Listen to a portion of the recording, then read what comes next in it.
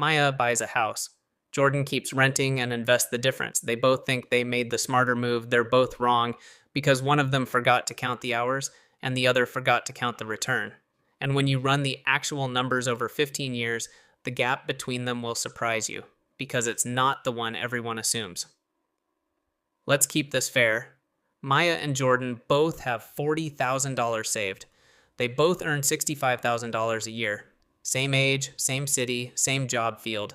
The only difference is what they do with that $40,000.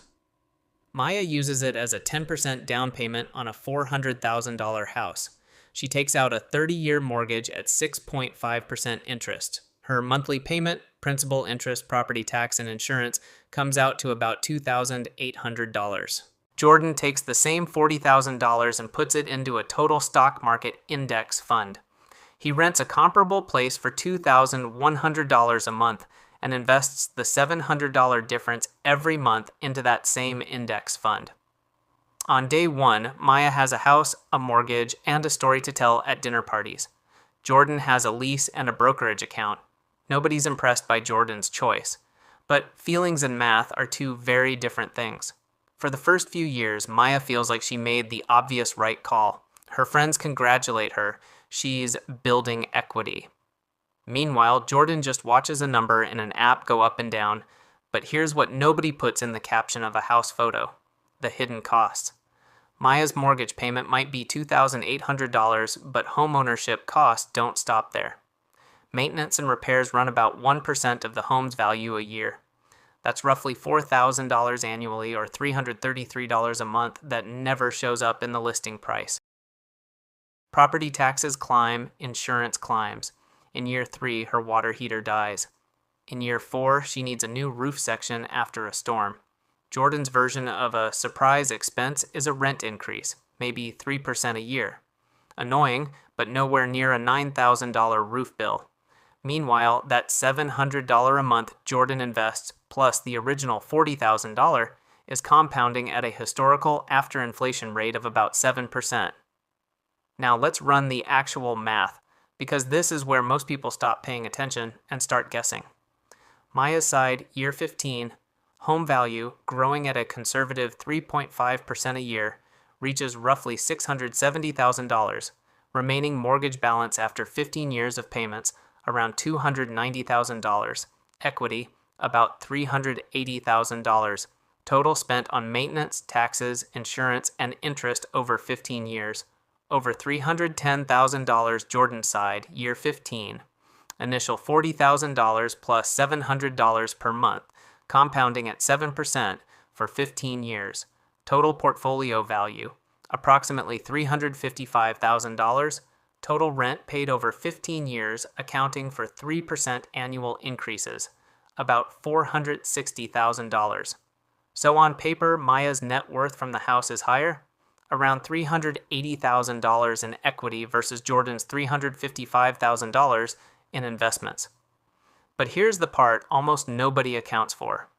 Maya's $380,000 isn't liquid. She can't spend it without selling the house or taking on debt against it. And to access it, she'd pay 6% in agent commissions alone, over $40,000 gone before she sees a dollar. Jordan's $355,000 is fully liquid tomorrow morning. When you adjust for that liquidity gap, the two numbers land within about 5% of each other. This is not the blowout everyone assumes going in. Here's the number that actually decides this whole debate, and it's not home appreciation. It's the rent-to-price ratio in your specific city. If your rent is less than about 0.5% of the home's purchase price per month, renting and investing the difference usually wins.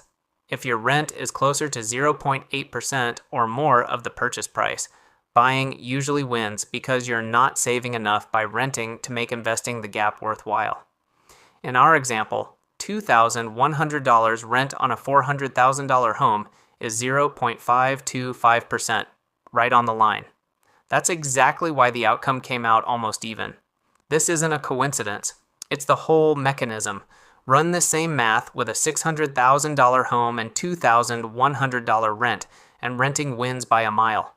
Run it with a $250,000 home and $2,100 rent, and buying wins easily.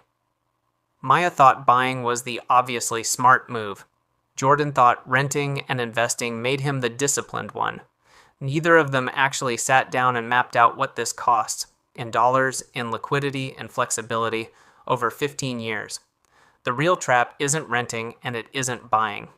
The real trap is picking either one because of a headline or something your uncle said at Thanksgiving, instead of running the actual numbers for your own city, your own rent, and your own home price. And if you're wondering what happens when mortgage rates drop 2 points or when you factor in tax deductions on mortgage interest, that changes the math again, and it's a completely different conversation.